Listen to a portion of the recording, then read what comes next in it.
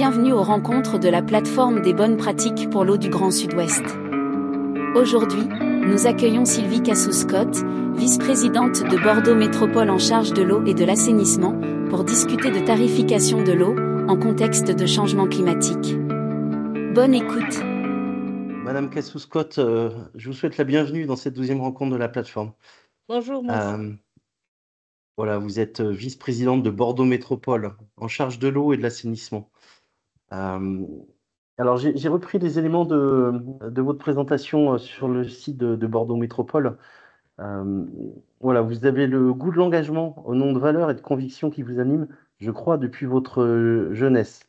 Vous habitez depuis 35 ans à Mérignac, vous êtes vraiment ancré là.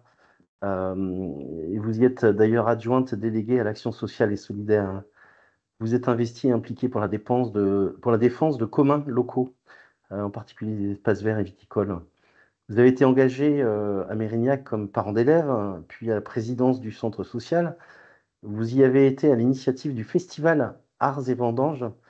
Vous avez aussi initié le marché d'Arlac, qui est votre quartier où vous habitez. Votre activité professionnelle vous a porté au poste de conseillère d'éducation populaire et de jeunesse au ministère de la Jeunesse et des Sports. Et c'est sans doute ce qui vous rend sensible au sens du service public et aux devoirs qui lui sont liés dans vos différentes présidences. Élu à Mérignac depuis 2008 et élu à la métropole depuis 2014, donc vous êtes vice-présidente de Bordeaux Métropole et vous avez en charge l'eau et l'assainissement. C'est là que vous faites entendre les défis environnementaux et sociaux que doivent relever les territoires et leurs acteurs. Cela vous a conduite à prendre part à la gouvernance de plusieurs structures dédiées au social, à l'urbanisme et au logement, pour impulser ces changements à la hauteur des défis complexes qui se présentent à nous. En particulier, au sein de Bordeaux Métropole, vous participez aux travaux de la commission Transition écologique, services publics et biens communs. Et ce qui nous intéresse aujourd'hui, c'est que vous présidez la régie de l'eau de Bordeaux Métropole, au sein de laquelle vous avez animé de façon approfondie et sur la durée la réflexion de la métropole sur la tarification de l'eau, pour trouver une tarification plus juste et équitable. Et moi, j'ai trouvé très intéressante l'évolution de vos réflexions qui vous a conduit à la solution que vous allez nous présenter aujourd'hui. C'est d'autant plus intéressant que notre plateforme a déjà référencé quelques retours d'expérience sur ce sujet de la tarification au Havre, à Dunkerque ou à Grenoble, dans la suite de la loi Brottes, qui est la loi qui a permis de lancer des expérimentations de tarification progressive en particulier. Les participants du webinaire se souviennent peut-être que le 16 avait émis un avis plutôt réservé sur la possibilité d'instaurer une tarification progressive, qui peut se heurter à une certaine complexité, en particulier administrative. Et nous pensons que votre expérience bordelaise peut servir de point d'appui pour les acteurs du Grand Sud-Ouest souhaitant avancer sur cette thématique.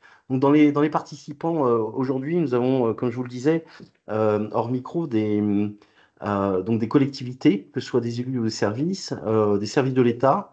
On a des DDT, des parcs, voilà, un certain nombre d'institutions sont représentées, toutes intéressées par la question de l'eau. Vous avez un panel assez élargi de personnes et d'institutions susceptibles d'être intéressées par votre retour d'expérience. Je propose aux participants, et je leur demande de poser leurs questions dès à présent, dans le fil de conversation et au fur de la présentation de Madame Cassou-Scott, pour qu'on puisse les inventorier à la fin de la présentation, de façon à les poser donc d'ici 25 minutes. Voilà, Madame Cassou-Scott, je vous laisse la parole en affichant votre diaporama. Qui n'est pas encore en plein écran, excusez-moi, je vais le faire tout de suite. Bien, d'abord, je vous salue tous et toutes. Merci d'être présents et de m'accorder cette possibilité de vous témoigner de la réflexion et de l'action que nous avons mis en œuvre sur Bordeaux Métropole concernant une nouvelle structuration tarifaire. Je ne vois pas votre Voilà. présentation. Non, j'ai du mal à vous l'afficher, je suis désolé. Je vais revenir en arrière. Je vais démarrer ou pas? Le voilà. Est-ce que vous le voyez? Oui, oui, oui, très bien. Super, allez-y. Tiens, oui, comme je vous le disais, donc je suis, vous l'avez dit, je suis donc aussi vice-présidente à Bordeaux Métropole en charge de l'eau et l'assainissement et aussi donc présidente de la nouvelle régie de l'eau Bordeaux Métropole qui a été créée au 1er janvier 2023 pour ce qui concerne l'eau potable et qui va intégrer l'assainissement au 1er janvier 2026. Alors, avant de vous parler de la politique tarifaire que nous avons donc mis en œuvre, hein, vous dire que ce passage en gestion publique a été en fait une étape importante pour la métropole, hein, puisque nous avons décidé de nous octroyer un outil plus efficace pour répondre aux urgences climatiques et aux attentes des citoyens, sachant que nous avons toujours défendu l'eau comme étant un bien commun, une ressource vitale à préserver et un service public essentiel, avec donc comme comment dire, conviction que l'eau, et ça je crois que tout le monde la partage avec moi, hein, que l'eau aujourd'hui c'est un enjeu qui impacte tous les choix politiques, quels qu'ils soient, sur nos territoires. Donc nous avons lu nous donner cette gestion, cette maîtrise de la gestion publique de l'eau, autant du petit cycle de l'eau que du grand cycle de l'eau dans une politique de transition écologique que nous menons. Alors, en amenant, je crois qu'on peut amener l'autre diapo, si vous voulez bien la défiler. Quel est le périmètre d'action de la régie? Le périmètre d'action, c'est la diapo suivante. Le périmètre d'action de la régie, c'est donc 800 000 habitants qui sont desservis, soit 309 132 abonnés, sur un réseau de plus de 3200 km de canalisation. Donc, vous voyez cette métropole, un peu l'image, vous la connaissez pour beaucoup d'entre vous. Donc, sur 28 communes qui comprend la métropole, 25 sont concernées par la régie de l'eau potable, puisque les autres communes ont, par leur histoire, font partie de syndicats.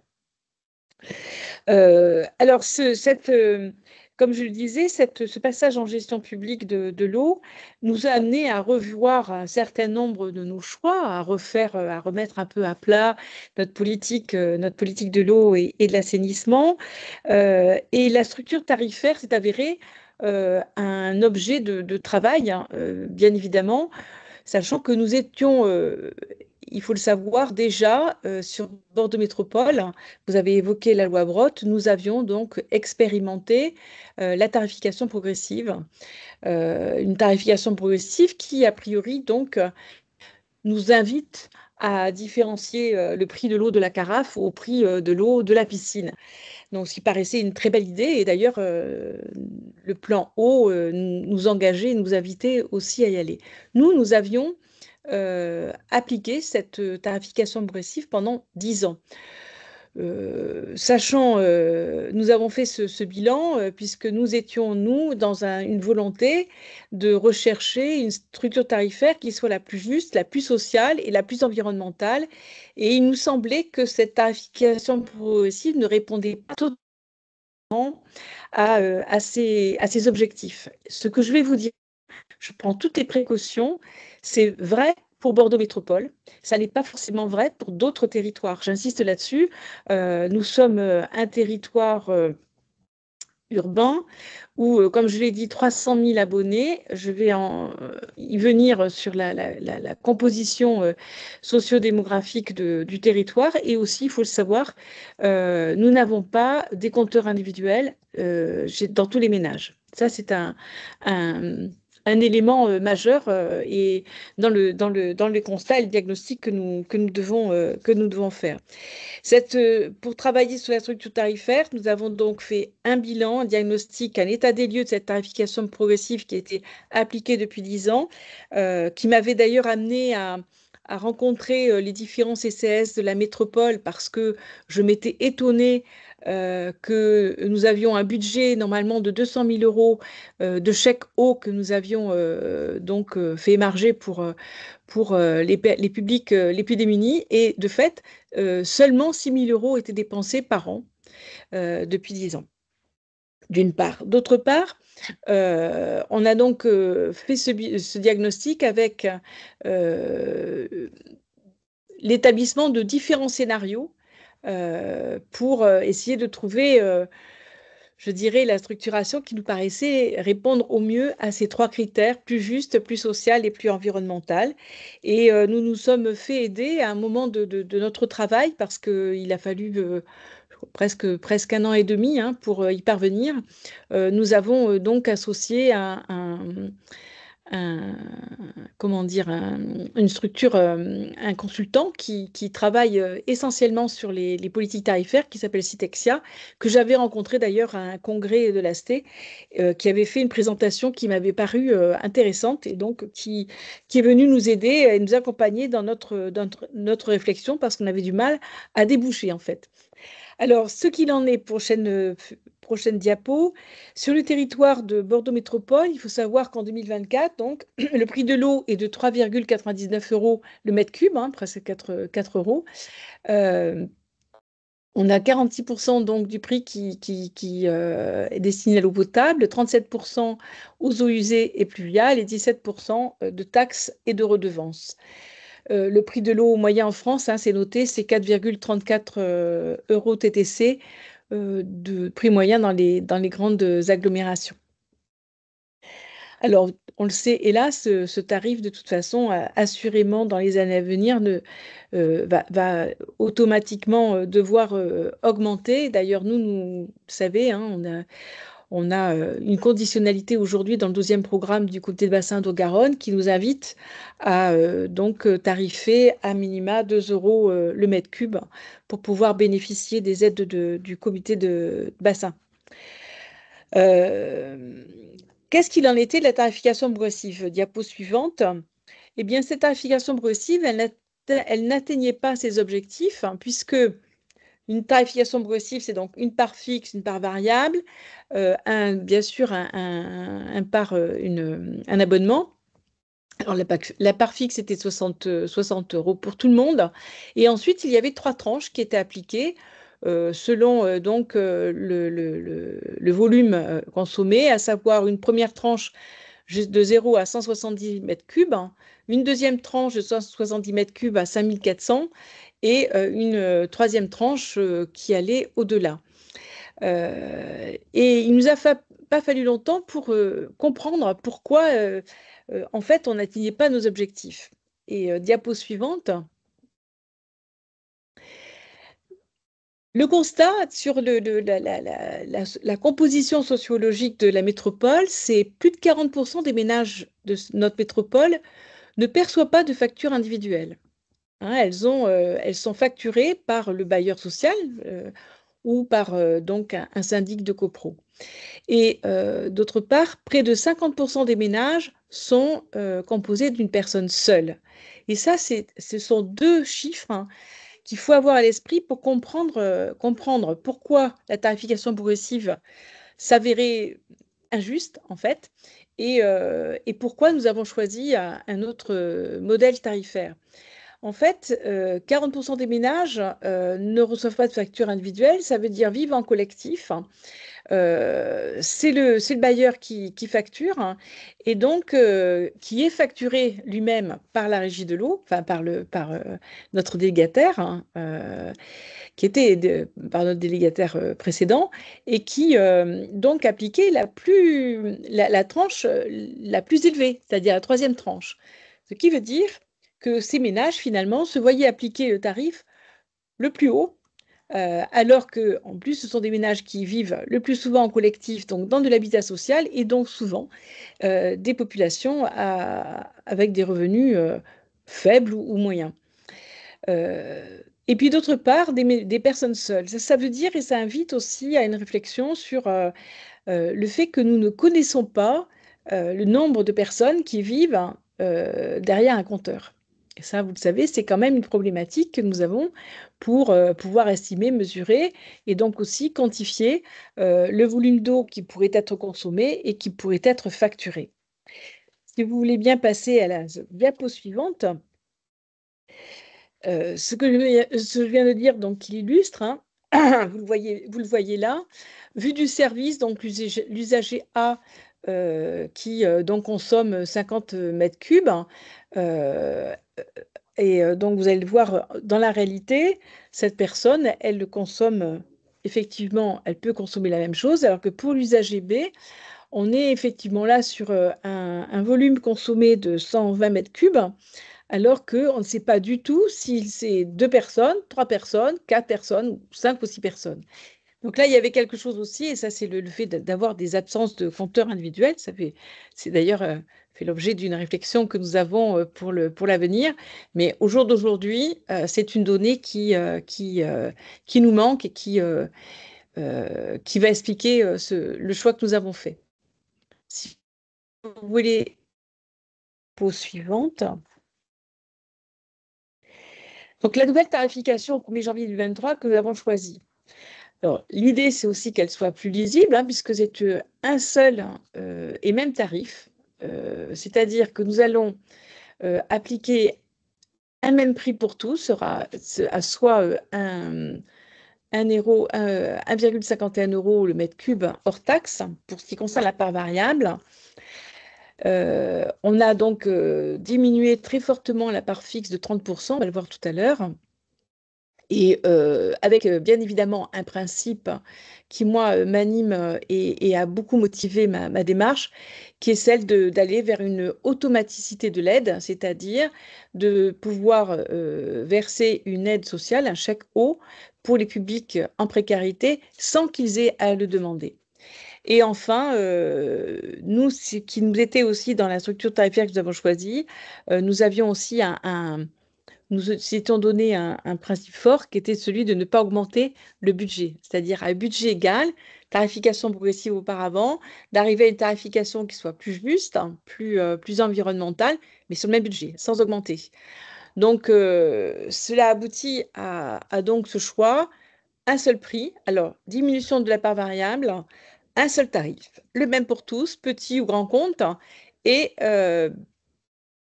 une aide sociale automatique, ce qui n'a pas été simple à mettre en place, vous pouvez l'imaginer. Et donc, voilà la nouvelle tarification donc, qui a été mise en place au 1er janvier 2024. C'est donc, vous voyez, de la part fixe, nous passons de 60 € à 43 € sur une part, et quelle que soit la part, donc les 3 tranches dont il était question tout à l'heure, nous l'avons ramené à un seul et même tarif. On va prendre sur la diapo suivante. Alors, une fois que nous avons décidé cela, la question de la tarification sociale continuait à se poser. Pourquoi un budget conséquent qui était alloué pour le chèque eau n'atteignait pas son objectif, 6 000 € de dépensés par an. Les CCS m'avaient fait part, effectivement, et vous l'avez dit dans ma présentation, je suis moi-même vice-présidente du CCS de Mérignac, donc j'avais eu l'occasion de traiter cette question de très près. Il y avait une grande facilité pour manier ce chèque eau, puisqu'il suffisait de faire la demande auprès du CCAS, qui, celui-ci, dès lors que les personnes remplissaient des conditions par une évaluation sociale, eh bien, nous allions demander à notre délégataire Suez précédent de verser un chèque. C'était très simple et très rapide, sauf que les personnes ne le demandaient pas. Pourquoi ne le demandaient-elles pas? Parce que de notre analyse, hein, d'une part, c'est pas la première, c'est pas parmi les ressources énergétiques, on va dire que l'eau n'est pas celle qui coûte le plus cher, donc on va plutôt aller chercher la facture de gaz ou d'électricité. Et puis, comme je l'ai dit tout à l'heure, bah, finalement, beaucoup de ces ménages, hein, qui pourraient en bénéficier n'avaient pas de facture d'eau. Elles payaient l'eau avec leur loyer. Donc, elles n'apparaissaient pas véritablement comme un élément majeur de leur budget. et on n'allait pas forcément chercher cette part dans le budget par les travailleurs sociaux. Donc, ce pourquoi moi, je suis une militante de la lutte contre le non-recours au droit. Et pour moi, le non-recours au droit, c'est faciliter toutes les démarches et c'est ne pas mettre les personnes en situation de demande. Donc, dès lors que nous considérons, et ça, on s'est donc ajusté avec les références européennes, dès lors que nous considérons qu'une facture d'eau ne doit pas excéder 3% de la ressource de ménage au regard d'un plafond, bien sûr, de ressources, eh bien, il nous paraissait normal, pertinent, nécessaire, primordial de procéder à une aide automatique. Un chèque d'eau devait être attribué automatiquement à ces ménages. Nous avons, au regard des critères que je viens d'énoncer, à savoir pour ce qu'on dit la précarité hydrique, nous l'avons mesuré au regard de critères, notamment un ménage avec 90% du RSA, la facture d'eau ne devant pas excéder ce budget. Nous avons donc identifié 17 000 ménages, 17 000 ménages concernés sur la métropole par cette mesure. Et il nous a fallu, pardon, par la suite, excusez-moi, il nous a fallu donc convaincre la CAF de travailler ensemble pour pouvoir procéder à cette attribution d'un chèque eau automatique.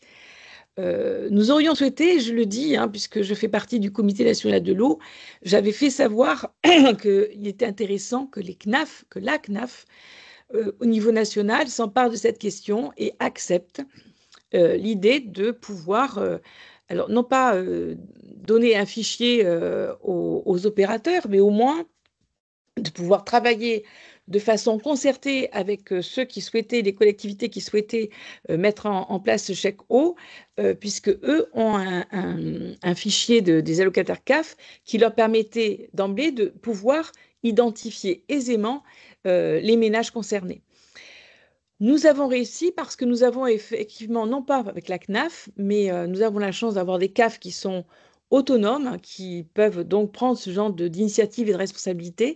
Et ça a été le cas de la CAF de la Gironde qui a accepté de mener à bien cette opération et qui a trouvé le bon modèle pour pouvoir attribuer ce chèque. Donc depuis, nous avons signé une convention, alors ça a été un petit peu long, nous avons signé la convention en fin 2024 et nous allons donc pouvoir le mettre en place en 2025. En attendant, et puis sachant aussi que cette aide ne peut concerner que les seuls allocataires CAF, pour toutes les personnes, et on l'a vu tout à l'heure, nous avons beaucoup de ménages composés d'une seule et même personne, eh bien nous avons abondé un budget du FSL pour pouvoir remplir son rôle parfaitement et de pouvoir donc éviter d'avoir trop de trous dans la raquette. Bon, on verra donc ce qu'il en sera fin 2025, savoir si on a bien, comment dire, mesuré, anticipé et compté tous les ménages qui pouvaient en bénéficier et de savoir si la procédure fonctionne. Mais en tout cas, elle n'a pas de raison de ne pas fonctionner pour la CAF. Maintenant, c'est toutes les personnes aujourd'hui qui ne sont pas locataires CAF. Et donc, je vais me rapprocher, comme nous l'avons fait pour la CAF, nous allons nous rapprocher de la CARSAT pour pouvoir faire l'attribution de cette tarification sociale à qui de droit.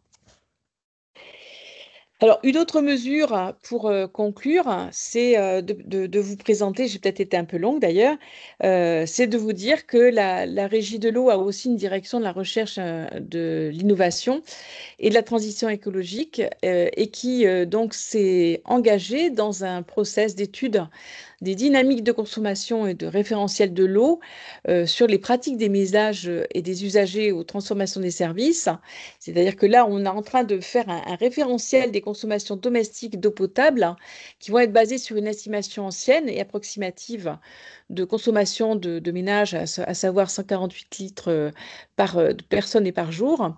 On va installer parmi 500 foyers partout en France des équipements de mesure. On puisse donc travailler de façon sociologique pour pouvoir ensuite, entre 2023 et 2026, pour pouvoir ensuite dégager là aussi des éléments d'analyse et de réflexion pour l'avenir, afin de pouvoir travailler sur le comportement des ménages en matière de consommation et en matière de sobriété énergétique. Voilà, j'en ai terminé a priori. Sinon, que de vous dire en conclusion pour la dernière slide, c'est de mener aussi, bien évidemment, puisque je disais, cette tarification sociale et solidaire et environnementale, c'est d'aller chercher, d'alerter, de sensibiliser les citoyens à la gestion de la ressource et à la consommation en eau. Sachant que, je crois que vous le savez vous-même, hein, que le prix n'est pas le seul levier pour tendre vers la sobriété, parce que je crois que le prix de l'eau, au risque de provoquer certains, mais n'est pas d'un coût si élevé si l'on le rapporte à d'autres ressources énergétiques. Il faut donc agir sur les actions de sensibilisation, sur l'amélioration de la performance du service en eau, et là on a un plan fuite très offensif, de mettre en place des dispositifs hydroéconomes, et nous avons donc recruté 4 ambassadeurs de l'eau qui vont dans les ménages sur 2 communes actuellement, mais ça va se déployer sur bien d'autres, pour faire un diagnostic dans les habitations et de pouvoir sensibiliser les citoyens à cette ressource. Voilà, j'en ai terminé. Je peux donc répondre à vos questions.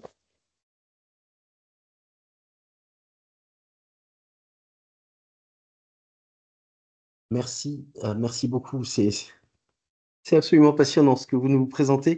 Et c'est d'autant plus intéressant que ça fait vraiment écho à une fiche qu'on vient de rédiger sur une démarche similaire menée à Grenoble. Alors, je Je vais... m'en suis inspirée de Grenoble. Je l'ai parlé, vous savez, quand on est élu, l'intérêt, c'est aussi d'aller dans des congrès comme cela, dans différents événements, d'être dans des lieux d'échange. Et j'ai eu l'occasion d'entendre l'expérience de Grenoble, qui m'a démontré que l'automaticité de l'aide, en tout cas, c'était possible. Oui, oui, c'est possible. C'est pas simple, hein.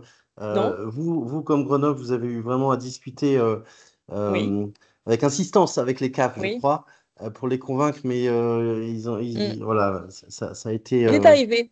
ça a On été est arrivé, on possible. en est fiers. Alors, un certain nombre de questions. La première que je vois de Arnold Koterman. Quel est le taux d'individualisation de la fourniture d'eau? Alors, Alors ça, peut-être qu'on va lui donner la parole pour qu'il précise sa oui, question. oui.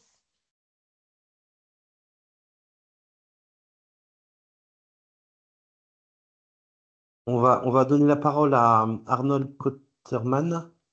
Oui, m'entendez-vous? Voilà, donc, oui, bonjour. Oui, Oui, bonjour. bonjour. Oui, ma question, quelque part, a déjà eu une part de réponse, hein, puisque au fur et à mesure de la présentation, vous avez précisé notamment ce sujet-là comment dire, des consommateurs, enfin des usagers qui ne recevaient pas de facture puisqu'ils l'avaient au travers de leur charge avec les bailleurs. Par contre, Oui. du coup, si je peux me permettre, je vais en profiter pour poser une seconde question parce que, mais très rapidement, c'est est-ce que vous avez engagé une politique particulière avec les bailleurs pour favoriser l'individualisation des contrats de fourniture ou éventuellement, si vous ne l'avez pas fait, est-ce que vous l'envisagez? Merci. Alors, merci pour votre question. Effectivement, hein, comme je l'ai dit, on a rencontré différents acteurs. Je vous ai parlé des CCAS, mais nous avons bien évidemment, avant donc de choisir cette structure tarifaire, on avait interrogé les bailleurs. On a pu se rendre compte que parmi eux, certains étaient dans une volonté d'aller sur des compteurs individuels. Certains le font et l'ont fait, d'autres pas. Donc, on continue à travailler avec eux parce que je n'ai pas écarté l'idée, hein, et loin s'en faut, d'aller sur un équipement de compteurs individuels. Je pense que c'est important. Ça a un coût très, très élevé sur la métropole. Donc, on travaille avec eux pour voir comment s'y engager au mieux en supportant le coût, bien évidemment. J'ai aussi rencontré les grands comptes. Alors, les grands comptes, c'est ce qu'on appelle les grands comptes, hein, donc les institutions, des grosses entreprises. Alors, on a aussi à Bordeaux Métropole, on a une alternative qui est l'eau industrielle. Hein. C'est une eau qui est donc pompée dans la Garonne, qui subit moins de retraitement pour pouvoir délivrer un certain nombre d'entreprises sur un même bassin, dont une grosse entreprise qui est Michelin. J'ai rencontré le CHU, qui est un des plus gros consommateurs d'eau. C'est le plus gros consommateur d'eau de Bordeaux Métropole. Voilà. Et j'ai pu constater aussi que c'est assez réjouissant de savoir que la question de la consommation d'eau, elle est partagée par un très, très grand nombre. Il y a vraiment alors, il y a une appétence des citoyens, mais il y a aussi une volonté des entreprises, de tous les acteurs, y compris les institutions publiques, alors je vais en dire deux mots, pour effectivement s'engager sur un plan de sobriété aussi. On a mené, par exemple, sur Mériadex, si vous connaissez Bordeaux, donc Mériadex, c'est vraiment un endroit où se concentrent quasiment toutes les institutions publiques, que ce soit du département, de la ville, de la Région. métropole. Et donc, on a fait toute une étude qui a été cofinancée par le comité de bassin, justement, pour travailler sur le diagnostic, un état des lieux et à la fois technique de ces institutions et à la fois sociologique, c'est-à-dire comment les salariés ont-ils les mêmes comportements sur l'usage de l'eau dans leur entreprise que chez eux. Et on a donc fait un travail avec les institutions qui nous ont beaucoup alertés sur les moyens que l'on pouvait leur accorder pour notamment avoir un contrôle permanent de l'usage de l'eau dans leurs institutions afin de pouvoir travailler sur les fuites notamment.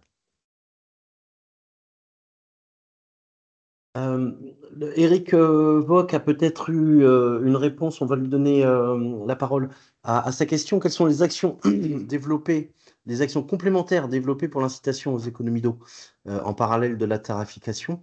Donc je pense que votre dernière diapo répondait, mais Monsieur Vock, est-ce que vous maintenez la question? Prenez la parole en ouvrant votre micro.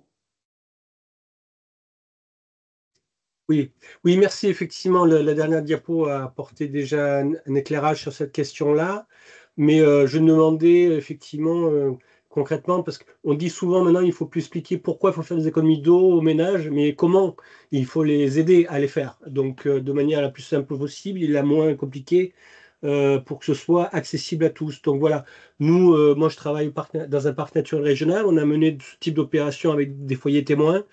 Et très rapidement, effectivement, on a vu des économies d'eau de l'ordre de 12% avec des choses très très simples, je ne rentrerai pas dans les détails.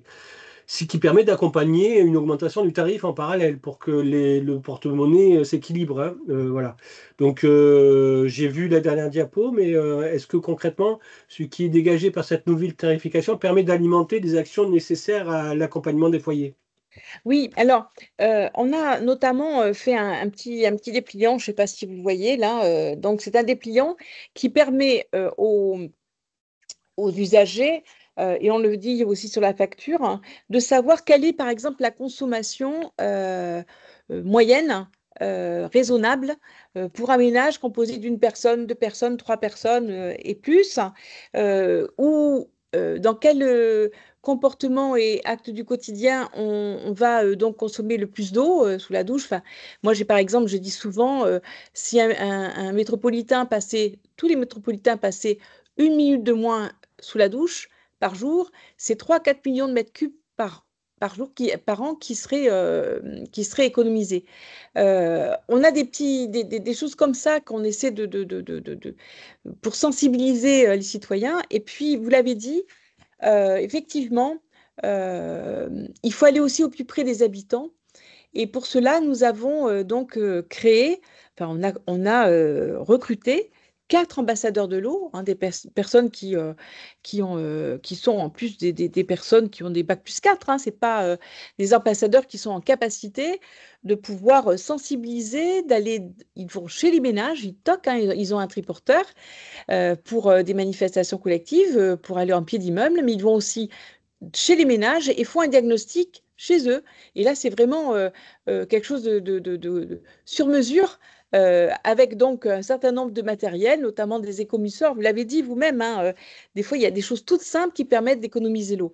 Et ça, c'est une opération que l'on mène. Donc, il y a 3 communes concernées, Talence, Talence, Bordeaux et j'ai oublié la troisième. Et, euh, et donc, et qui va ensuite, bien sûr, se démultiplier parce que ça témoigne et ça démontre de tout son intérêt. Et puis, on a quand même aussi, il faut le dire, sur le département, on a un organisme qui est le SMEGREG, qui a fait depuis plusieurs années un très, très gros travail de sensibilisation, qui démontre d'ailleurs que, il a été plutôt efficace, puisqu'on a une consommation moyenne de par habitant dans le département de la Gironde qui est plus faible que la moyenne nationale. Oui, hein, effectivement, vous avez la chance d'avoir un sage animé par le SMEGREG qui a fait d'énormes efforts de communication Oui, et de retour d'expérience. Donc, oui, effectivement, vous êtes dans un département qui est déjà très impliqué sur la question, oui, très, aussi parce que vous avez une ressource fragile. voilà, Il très, faut- très active, d'ailleurs ouais, fragile et ancienne, puisque là et aujourd'hui, le ancienne. Ouais. SMEGREG va lancer une campagne sur la datation de l'eau, puisque nous, c'est de l'eau de Cro-Magnon. Et ça aussi, c'est quelque chose d'important d'alerter, de rendre curieux aussi les habitants. Mais d'où elle vient notre eau? Ça fait 10, 15 ans, on ne se posait pas la question de savoir. On avait l'eau du robinet, on ne s'interrogeait pas de savoir d'où elle venait. On s'interrogeait peu sur sa qualité. Aujourd'hui, il y a une exigence et une curiosité qu'il n'y avait pas, qu'il faut savoir accompagner. Nous, en tout cas, on a fait une campagne qui s'appelle Protège ta nappe. C'est la dernière diapo que je vous ai montrée. Protège ta nappe, c'est bien effectivement la protéger, c'est de moins consommer d'eau aussi.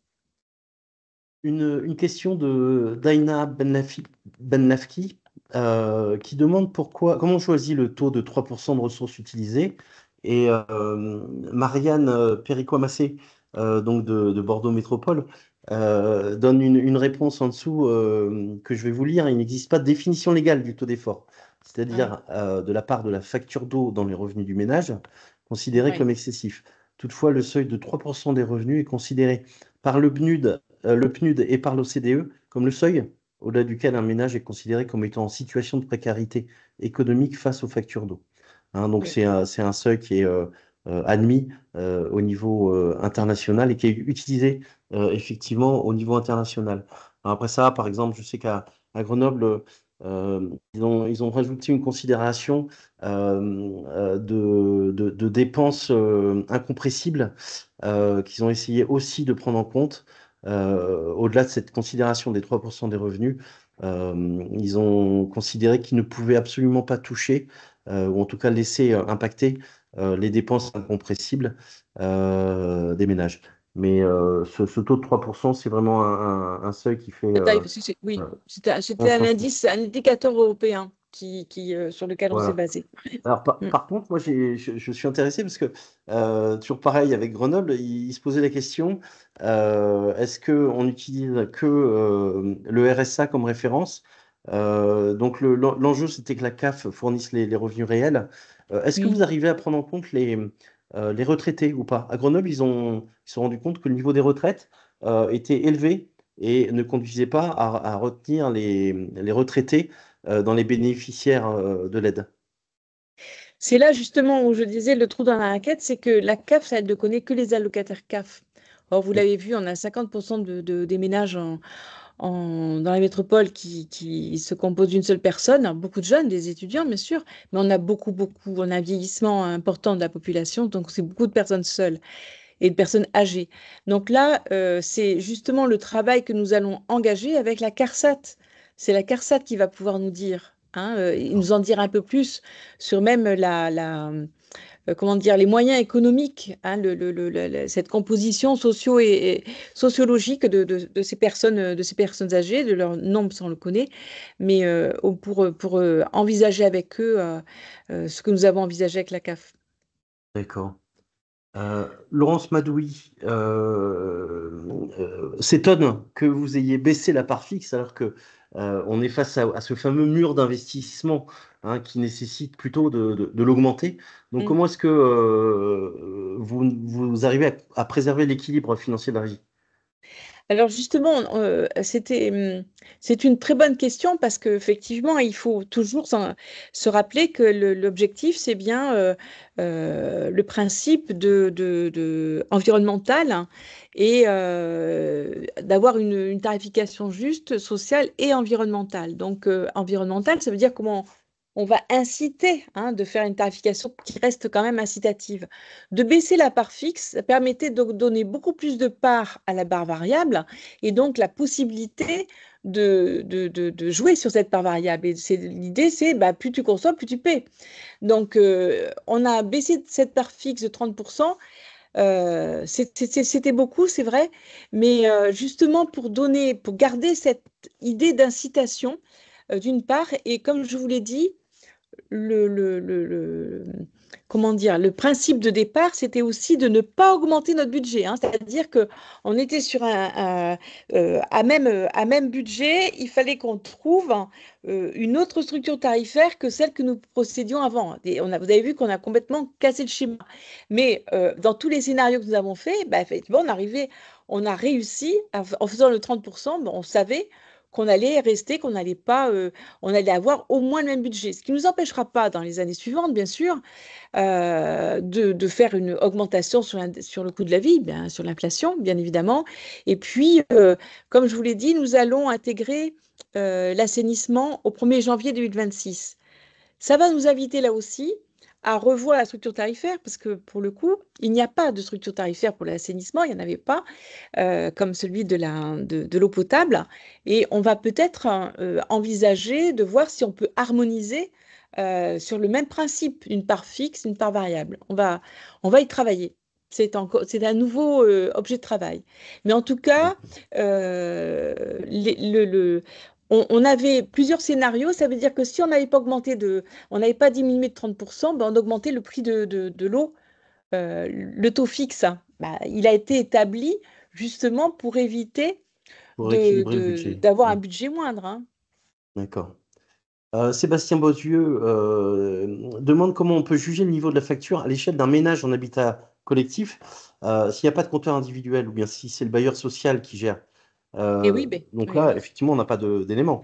C'est le Qu'est-ce que vous problème. disiez? Et vous savez, même au niveau bah, lui, ce que faisait le bailleur, hein, c'est qu'il divise par le nombre d'habitations, point barre, quel que soit le Voilà. nombre de personnes qui est derrière le compteur, derrière le logement. C'est un peu, ça reste toujours la même question, même par rapport au compteur, hein. Le Ouais, ouais. compteur ne Le dira bailleur, il avait pas. même pas ouais. Le bailleur n'a même pas l'information du nombre d'habitants du logement. C'est Alors, simplement un logement, une voilà, alors facture. il faut que vous sachiez aussi, je ne vous l'ai pas dit, mais la régie publique, c'est un établissement public à caractère industriel et commercial qui est géré par un conseil d'administration. Ce conseil d'administration, il est composé de 11 membres, hein, qui ont une voix délibérative, 9 membres élus, hein, du conseil métropole, au regard de la proportion des groupes politiques qui composent la métropole, donc on a majorité-opposition, et de 2 membres représentants des associations. L'un, c'est la CEPANSO, et l'autre, représentant des consommateurs, c'est la CLCV. Ouais, c'est cohérent. Et la CLCV a été aussi, moi je les ai rencontrés, enfin, on a travaillé aussi avec eux sur la structuration tarifaire. Ils avaient des demandes qu'ils ont formulées souvent à l'échelle nationale, hein, sur notamment cette problématique de la facturation de l'eau par les bailleurs sans prendre en compte la composition des ménages. Ça, c'est quelque chose qu'on a aussi travaillé avec eux. Voilà, donc une question qui rejoint la précédente, mais je pense que vous y avez répondu, c'est à l'époque de la tarification progressive, les gros consommateurs y étaient assujettis. Donc on pense à la fois aux bailleurs Oui, sociaux, mais là vous avez répondu, et donc eux, oui, ils répercutaient un tarif élevé aux oui, habitants des HLM, mais oui, aussi Michelin, le CHU, eux, ils avaient le gros tarif, hein. oui, oui, oui. C'est ça, d'accord. Euh, Franck Ardit demande votre avis sur, alors là on rentre presque dans la philosophie, sur le principe l'eau paye l'eau. Ce principe est-il vraiment appliqué ou applicable sur le long terme? Est-ce que les recettes des volumes vendus aux abonnés permettent de payer intégralement le fonctionnement et les investissements des services eau et assainissement?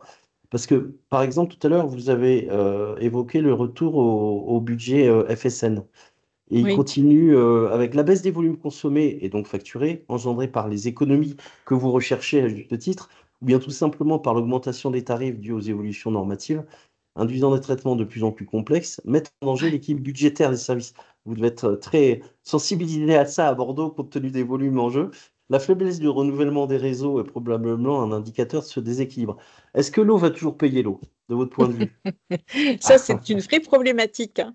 C'est qu'on se tire un peu une balle dans le pied parce que d'un côté, on plaide pour les économies d'eau et on sait que les économies d'eau vont effectivement diminuer notre budget. C'est le cas d'ailleurs cette année. Et donc, on peut se dire, oui, effectivement, on a peut-être réussi notre objectif, mais il a des limites.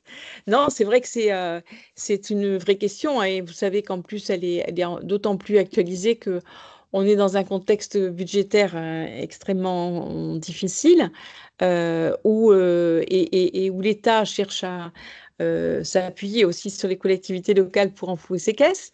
Et maintenant, c'est sur les agences de l'eau, puisqu'elles sont aussi mises à mal et elles sont même réinterrogées dans leur existence.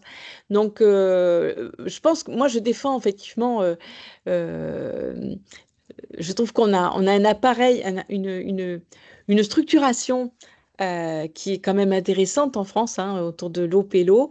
Ça l'a été, ça l'est de moins en moins, ça le sera de moins en moins pour les années futures, au regard de déréglementation d'une part, au regard des pollutions d'autre part qui vont exiger de plus en plus de traitements pour arriver à de la qualité. Et soit on va augmenter effectivement ou doubler les factures d'eau, mais il va y avoir effectivement là, il y a un effet ciseau qui va être compliqué à gérer.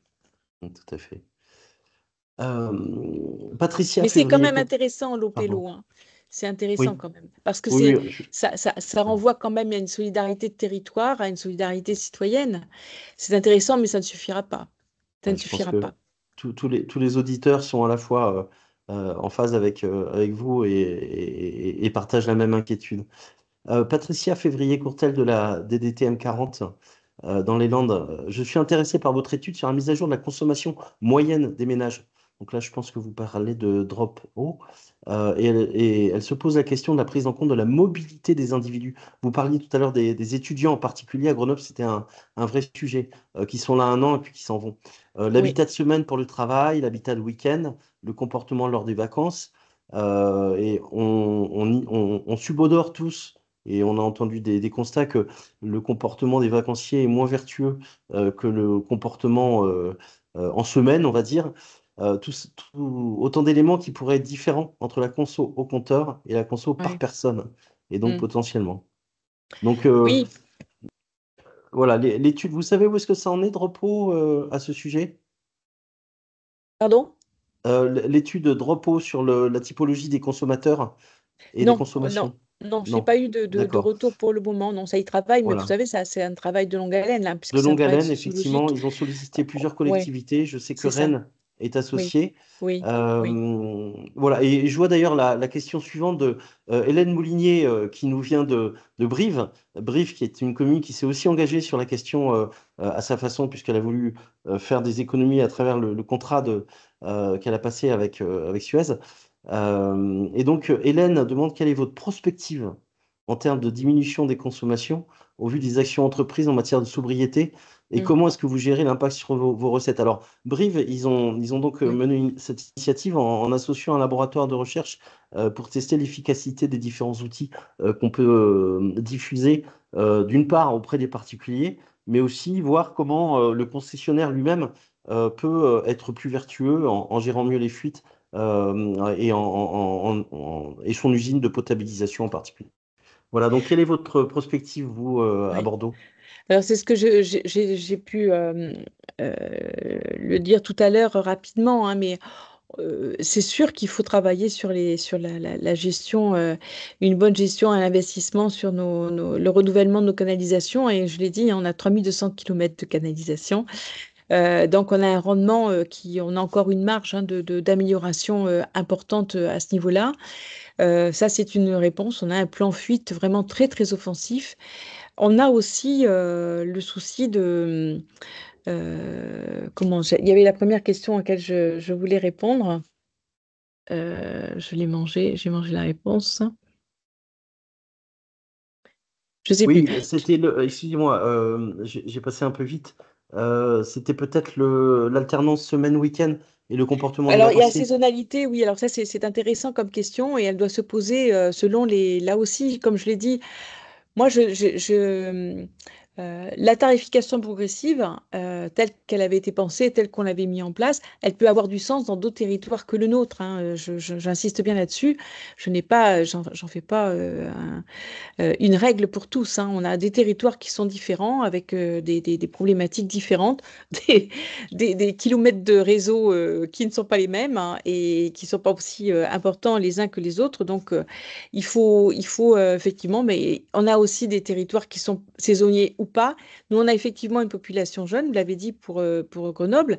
On a diminué, si on a diminué la part abonnement au départ, c'est parce que justement, on a parmi nos élus un élu qui est sur la grande cité universitaire de Talence et qui connaît bien le problème de la mobilité des jeunes, des étudiants et qui doivent à chaque fois se réabonner et donc à chaque fois repayer. Donc on a tenu compte de tout ça. Et voilà, je crois qu'il faut rester vraiment je ne pense pas à l'uniformité des règles, hein, et à l'institutionnalisation d'une seule et même règle partout, surtout vu la diversité de nos territoires. Pour vous répondre aussi, madame, dans la question que vous posiez, sur comment quelle est notre planification au niveau du budgétaire, il faut que vous sachiez que la métropole, comme le département, accueille 20 000 habitants par an. 20 000 habitants par an, dont 10 000 en métropole chaque année. Ouais. Donc oui, on va travailler sur l'économie d'eau et on continuera à y travailler, mais on sait que quelque part, ça se rééquilibre par de nouveaux arrivants. Donc on est alors avec un rééquilibre en même temps avec un besoin de la ressource qui lui va augmenter. Donc on a tout ça à gérer, cette complexité-là. Mais bon, ceci nous rassure aussi un peu sur le fait qu'on peut toujours aller vers de l'économie d'eau.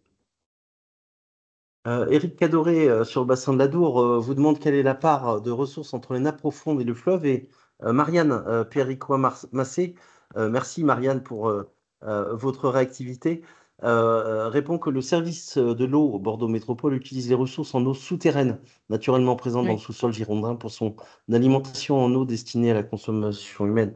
Hein, donc c'est vraiment la principale ressource C'est utilisée, ce que nous vous en avez disons parlé. en Gironde, c'est que nous buvons de l'eau de Cro-Magnon. Elles nous viennent des nappes très très profondes de l'Éocène pour la métropole, de l'Oligocène aussi, mais de l'Éocène principalement. Voilà, donc en fait, Éric Cadoré sous-entendait que une réflexion sur la tarification globale de l'eau est nécessaire en tant que ressource, soutien d'étiage, utilisation pour les milieux, besoins humains. Effectivement, quand on dit l'eau paye l'eau, ça suffit plus parce qu'il faut savoir qui est-ce qui paye. Hein, c'est une réflexion qui a été initiée par l'Agence de l'eau à Dour-Garonne, un nouvel équilibre économique. Hein, je ne sais pas si vous avez réfléchi aussi à Bordeaux. Peut-être que vous avez une taxe GEMAPI, par exemple, Tout à fait. qui est mise en place. Oui, oui. Récemment, hein, Même si c'est pas on a tardé suffisant. à la mettre en place, mais en fait, on l'a mis en place si je me souviens bien, je crois que c'était en 2022 ou 2023, et on l'a augmenté déjà 2 fois. Donc, on voit qu'effectivement, D'accord, oui, oui. Donc effectivement. et je pense que c'est une très bonne chose, ça, de cette taxe GEMAPI, parce que ça nous invite effectivement et ça nous engage à agir au mieux et au plus vite. Alors, je n'ai pas sauté la question de Laurence Madoui, qui parle des impayés. Les impayés augmentent depuis une dizaine d'années à l'échelle nationale. Est-ce que c'est valable aussi à Bordeaux? Et est-ce que c'est grave? Écoutez, à Attends, ma connaissance, c'est pas un sujet. Je dis pas qu'il n'y en ait pas, hein. Il y a des impayés, mais aujourd'hui, c'est pas un sujet pour la régie.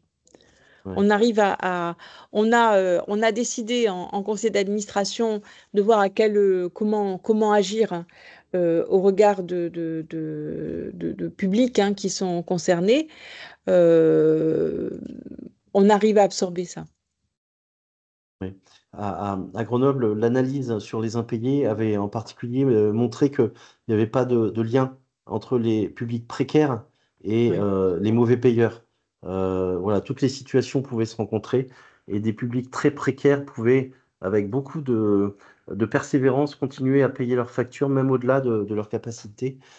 Et on peut avoir des mauvais payeurs dans toutes les tranches de population. Euh, Arnold Koterman parle de la part assainissement de la facture ménage qui va vraisemblablement augmenter dans les prochaines années par le traitement, d'une part, par les réseaux et la gestion des eaux pluviales, d'autre part. Est-ce que vous avez une prospective d'évolution du prix déjà en tête et une trajectoire? Oui, on s'y attelle parce que nous savons, nous, que nous allons devoir mettre en conformité nos 6 steps au regard de la DRU2.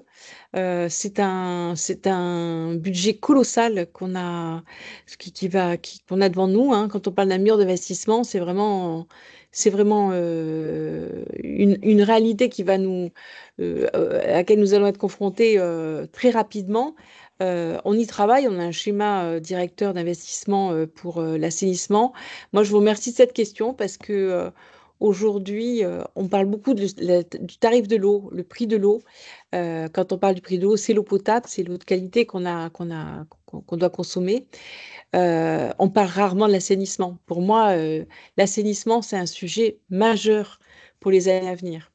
Et cette dérudée nous va, va nous obliger, et elle va de toute façon nous obliger à augmenter le prix de la part assainissement. On a déjà procédé à l'augmentation de la part assainissement de la redevance cette année en se disant qu'on allait avoir une augmentation de 10 centimes pendant peut-être 10 ans pour pouvoir faire face à tous ces investissements. D'accord. Très bien. Donc, on est arrivé au bout des questions. Moi, j'ai deux questions qui sont venues. Les ambassadeurs sont-ils salariés par la régie ou par Bordeaux Métropole? Non, c'est une opération régie, donc la C'est la régie, métropole, c'est d'accord. la régie qui les emploie sur des contrats, hein, parce que c'est D'accord. un emploi qui est bon, qu'il faut éviter d'être répétitif quand même, hein, parce que c'est pas si simple. D'ailleurs, on a essayé de faire en sorte que leur mission ne soit pas simplement d'aller dans les ménages, mais d'accompagner, par exemple, tous les événements festifs. Enfin, ils sont très intéressés, très d'ailleurs enthousiastes, hein, pour cette mission, mais on les a employés pour 2 ans, en contrat à durée déterminée. Voilà. Donc, Ah, mais il y a merci la Marianne. brochure. Marianne Merci Marianne nous. de nous faire un lien hein, vers ces ambassadeurs de l'eau. C'est vraiment très intéressant et ça, c'est sans doute, comme vous le dites, même si c'est de façon temporaire, c'est reproductible à l'échelle des villes moyennes. Oui. C'est très intéressant. Mm. À Grenoble, par exemple, ils font un lien, ils travaillent en lien avec les plombiers solidaires. Il y a des Ah oui. plombiers solidaires qui interviennent chez des particuliers en difficulté, en précarité, pour les aider à résoudre des problèmes qui peuvent ne pas être des problèmes d'eau d'ailleurs, parce que problème d'énergie, problème éventuellement voilà, de toute nature, peuvent être traités en même temps par des personnes de l'institution qui arrivent chez eux. Est-ce que Mais vous d'ailleurs, avez nous, une dans ma évaluation? commune, Oui, nous avons des ambassadeurs de la transition écologique, hein, qui existent depuis maintenant 2 ans, et donc qui ont intégré les ambassadeurs de l'eau. Tout à fait. Et qui vont dans les ménages. C'est des actions voilà. à dupliquer. Voilà, avant de conclure avec une remarque très intéressante de Valérie Baïch de l'Agence de l'eau, ma dernière question, c'est est-ce que vous avez évalué le coût de gestion pour vous? Le temps de travail que ça représente, d'échanger des fichiers avec la cave, de les traiter, éventuellement d'envoyer des courriers, et donc en temps de travail et en coût financier, est-ce que vous avez une estimation de ça? Alors, si je ne vais pas vous dire de bêtises, en fait, ce que nous avons, la convention passée avec la CAF, hein, pour Oui, éviter la RGPD.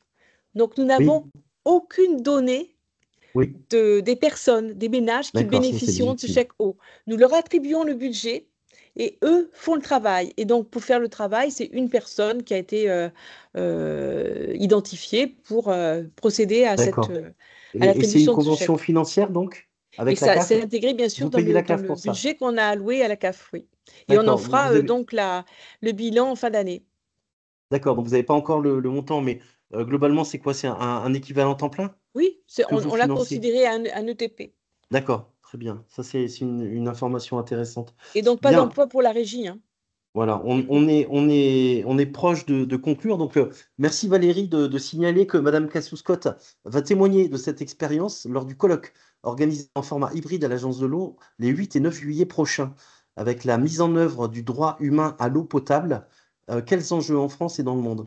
Donc, le site de l'agence diffusera des infos très prochainement sur l'organisation de ce colloque. Effectivement, on n'a pas parlé des SDF, hein, qui n'ont même pas de logement, pas d'adresse, donc a fortiori pas d'abonnement, mais pour lesquels un droit à l'eau existe quand même. Et donc, j'imagine que c'est un sujet qui vous tient à cœur aussi, Madame Et Cassou-Scott. bien sûr que bien évidemment, nous sommes mis en règle avec la loi et nous avons procédé à un diagnostic sur l'accès à l'eau que je vous présenterai donc en juillet prochain.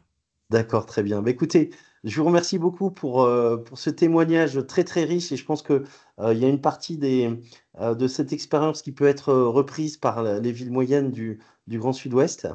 Et puis bah, du coup, on va attendre ce séminaire du 9 juillet. Pour notre part, la plateforme organise ces rencontres tous les mois. En général, c'est le deuxième mardi de chaque mois. On n'a pas encore le nom de l'intervenant du mois prochain, mais on communiquera dessus.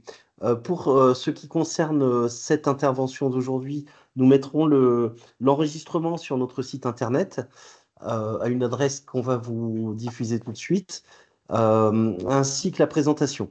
Voilà. Donc, je vous remercie beaucoup, Sylvie, Merci à vous.